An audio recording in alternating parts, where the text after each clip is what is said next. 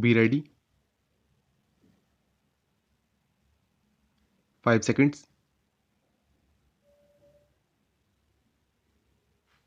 Start. This assembly decided last year almost unanimously, I think, in favor of general widespread disarmament. The great nations of the world have committed themselves to it. The United States, through its president, recently put forward proposals which are in line with what this assembly has decided. The Soviet Russian has put forward proposals to the same effect, varying them slightly but essentially aiming at the same thing. There is a great deal of commonness about them in broad outline. If that is so, why should we not grasp this opportunity and remove the fear and terror from people's minds and devote our energies and resources to the advancement of the world?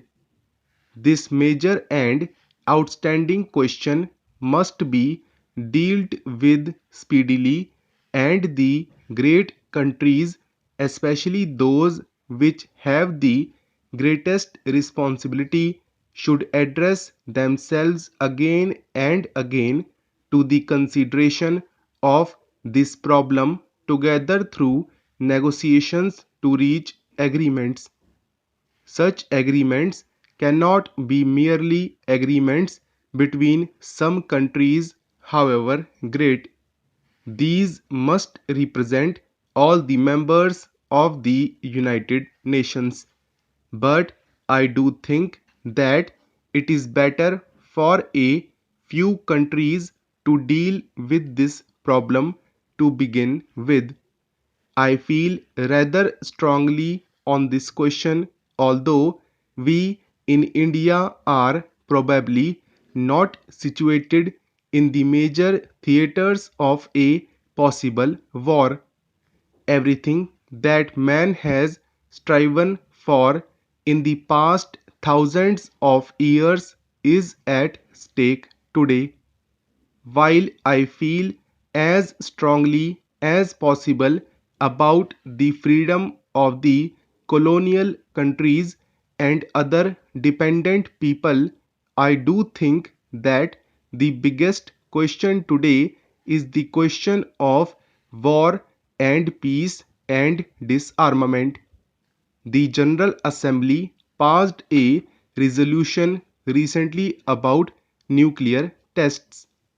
It was a great misfortune that after a period of abstinence from nuclear tests, there was a resumption of these tests.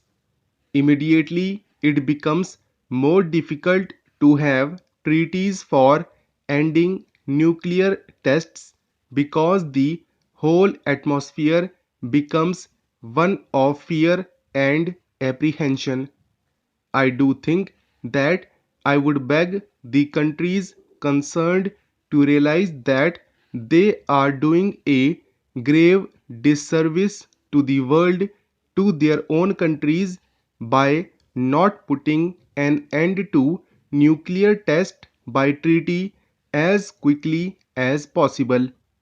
The Assembly passed a resolution in favor of some kind of a moratorium. No one imagines that a voluntary moratorium is going to solve this question. There must be stricter controls by treaty and otherwise. Nuclear tests are basically evil forever. We live in a world of conflicts, and yet the world goes on undoubtedly because of the cooperation of nations and operation, and there is today a vast amount of cooperation even between countries which are opposed to each other in the political or other fields. Little is known or said about this cooperation that is going on, but a great deal is said about every point of conflict, and therefore the world is full of the idea that we live on the verge of disaster.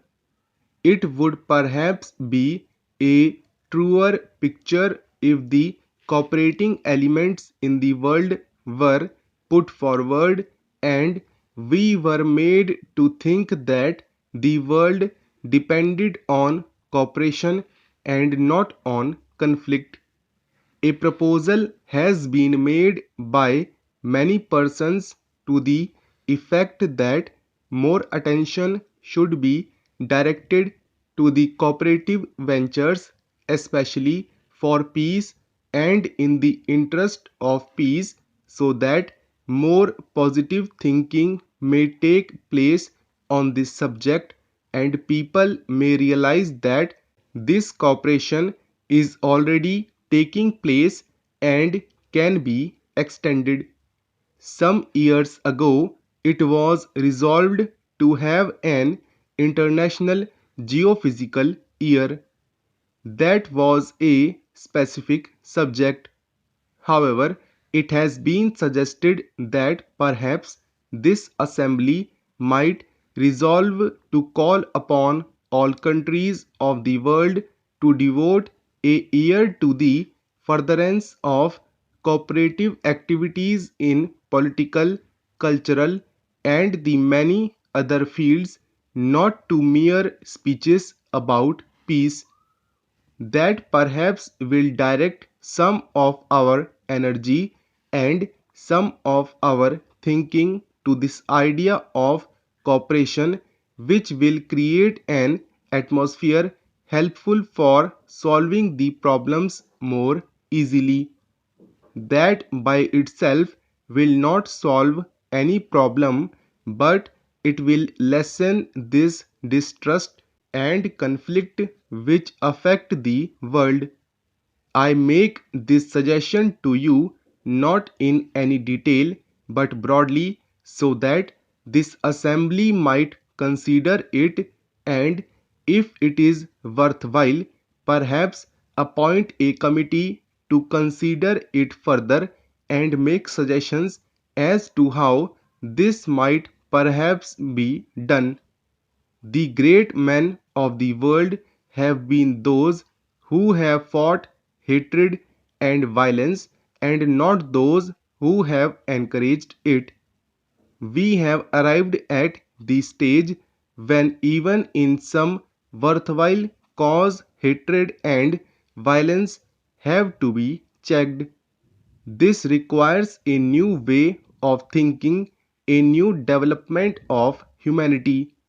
Possibly we are going through that process, and this very crisis will wake up the mind of man and direct it to this new way of thinking.